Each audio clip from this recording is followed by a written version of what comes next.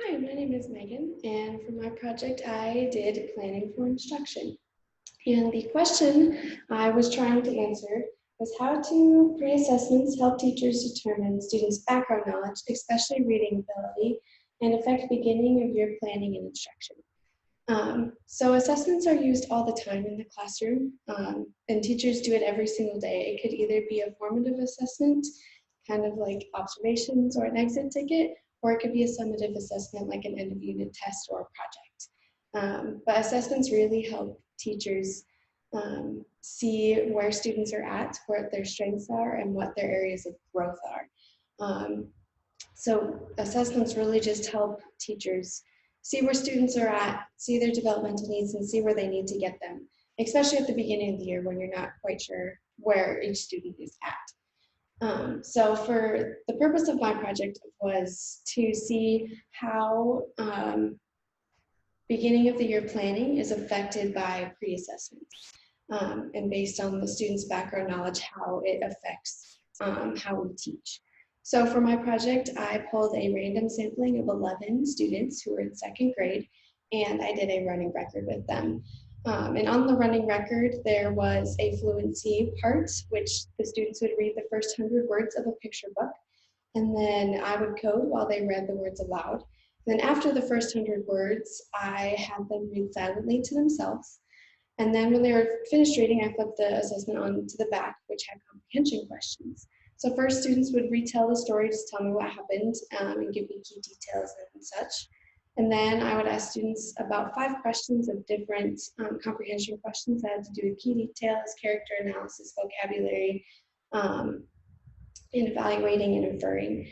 Um, and then all of those scores together, the fluency and the comprehension combined, showed where students were at in that reading level of either frustrational, um, instructional, or independent.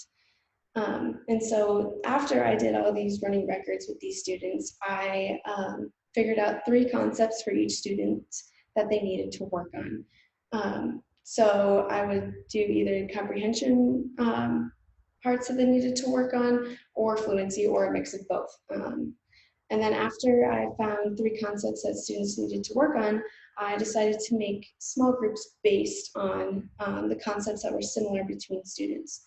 So I made 4 different groups. First, I have the blue group, which some of the patterns I saw with the blue group was that they're reading, going back and rereading confusing sentences, which is really good that they knew that the sentence didn't make sense, so they decided to go back and reread it. Another one is that they use picture clues. So when they're reading, if they came to an unknown word, they would look at the picture to try to help them figure out the unknown word. And then one thing that I noticed that all of these students had in common was they had very slow reading rates. So they were reading very slow and word by word. And so the concept that I decided that all of these students needed to work on was expression, so using their voice while they're reading, automaticity, so being able to see a word and say it very quickly, and then also evaluating the comprehension strategy of evaluating. And then another group I had was the purple group. And the patterns I saw with these students was they self-corrected most of the time. So they knew when they made an error, they would go back and they would self-correct themselves. Another pattern I saw was they had good comprehension, especially with key details. When I asked these students the key detail questions, they were really able to tell me the key details and understand what they read based on key details. Um, However, these students did not use picture clues when they came to an unknown word. I noticed that none of these students were going, when they came to an unknown word, that they would look at the picture and then go back to it. I noticed that they definitely did not do that. So the concepts I think that these students could work on is automaticity, like this group above, but also working on retelling and inferring with the comprehension strategies. And then we have our blue group, which these students had really good expression or prosody, so they would really use their voice while they were reading. And they had very little miscues or errors while they were reading these books, but they did have a hard time with the comprehension questions. And with this blue group, all of these students read nonfiction text rather than fictional text, so I think that's where they ran into trouble, especially with the comprehension questions. So the concepts I said that I needed to work on was nonfiction texts, just getting more used to it because they're probably more used to fictional texts rather than non-fictional texts. And then also looking at key details and inferring with the non-fictional texts. And then we come to our last group, which is the orange group. And with these students, they definitely use picture clues while they were reading. Another pattern I saw is they self-corrected most of the time, and they had a hard time retelling though whenever I asked them, okay, what happened in the story? After they were finished silently reading, they would have a hard time telling me what happened and giving me key details and a sequence. So the concepts I said that these students needed to work on was prosody, retelling, and character analysis as well.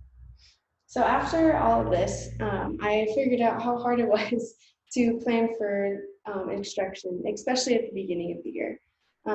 I really enjoyed being able to do all these running records with these students, just being able to see where their strengths were and where their areas of improvement were based on their fluency and comprehension. It was really cool to see the concepts that they knew and didn't quite know yet. So that was a very cool part to see in this project.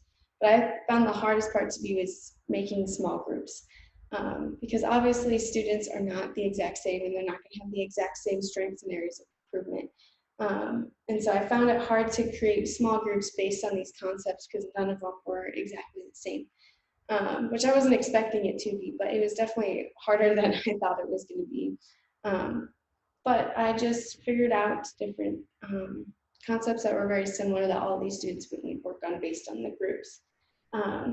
And so after this project, I really recognized that student background knowledge definitely affects our beginning of year planning and for instruction, because based on what students already know at the beginning of the year, that's where you're going to plan for them and make small groups based on what they already know so that you can not push them too far where they don't know everything just yet and not keep them behind where they already know what they're learning.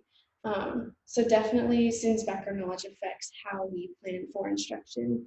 And pre-assessments just really help teachers be able to see that where students are at, especially at the beginning of the year.